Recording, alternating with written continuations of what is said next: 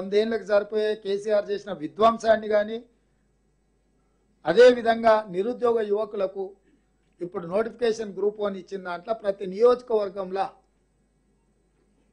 ఒక ఆడిటోరియం లాగా నిర్మించి అంబేద్కర్ నాలెడ్జ్ సెంటర్లో ఎక్కడికక్కడ చాలామంది ఆడపిల్లలకు సిటీకి వచ్చి కోచింగ్ సెంటర్లు ఇక్కడ ఉండి చదువుకోవాలంటే ఇబ్బంది అవుతుంది. తల్లిదండ్రులకు కూడా ఆందోళన ఉంటుంది. ఆడపిల్లల్ని ముఖ్యంగా పేదోళ్ళకి హైదరాబాద్ ఎక్కడో కోచింగ్ సెంటర్లకు పంపించాలంటే.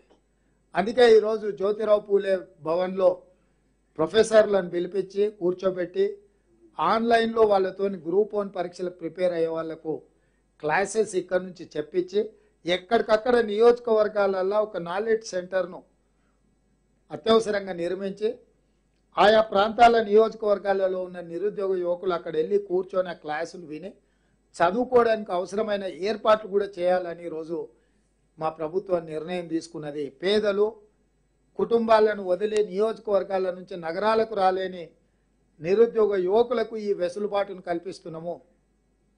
తొందరలోనే ఆ కార్యక్రమాన్ని కూడా తీసుకొని పోటీ పరీక్షలకు ప్రిపేర్ అయ్యే వాళ్ళకి ఎక్కడికక్కడ నియోజకవర్గానికి ఒక అంబేద్కర్ నాలెడ్జ్ సెంటర్ని ఏర్పాటు చేసి అక్కడ లైవ్లో అక్కడ డిజిటల్గా పెట్టి ఇక్కడ జ్యోతిరావు పూలే సెంటర్ నుంచి వీళ్ళతోని క్లాసెస్ చెప్పిస్తాం ప్రొఫెసర్లతోని. అది హరగోపాల్ గారు కావచ్చు, ప్రొఫెసర్ నాగేశ్వర్ గారు కావచ్చు, ఇట్లాంటి ప్రొఫెసర్లను ఫ్యాకల్టీస్ కింద పిలిపించి ఈ పోటీ పరీక్షల పిల్లలు ఎట్లా ప్రిపేర్ కావాలి, ఏ సిలబస్ ప్రిపేర్ కావాలి, వాళ్ళందరినీ కూడా ప్రిపేర్ చేయడానికి కూడా అన్ని రకాల ఏర్పాట్లు చేయడానికి ఈరోజు మేము ప్రయత్నం చేస్తున్నాము.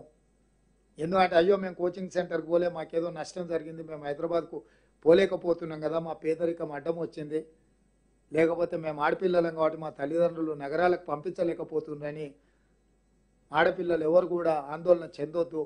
ఎక్కడికక్కడ నియోజకవర్గాల పరిధిలో అంబేద్కర్ నాలెడ్జ్ సెంటర్లు ఏర్పాటు చేసి అక్కడ డిజిటల్ ఎడ్యుకేషన్తో ఇక్కడి నుంచి ప్రొఫెసర్లతోని మేధావులతోని క్లాసెస్ చెప్పించి అక్కడ వాళ్ళు విని నేర్చుకునే విధంగా కూడా ఈరోజు ఈ కార్యక్రమాలను ముందుకు తీసుకెళ్లాలన్న ఆలోచన చేస్తున్నాము.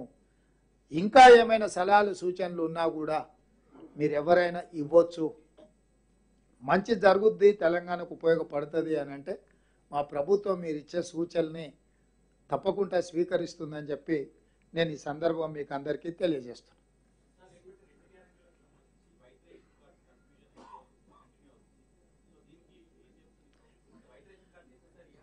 ప్రభాకర్, నేనేమంటున్నా అంటే ఏదో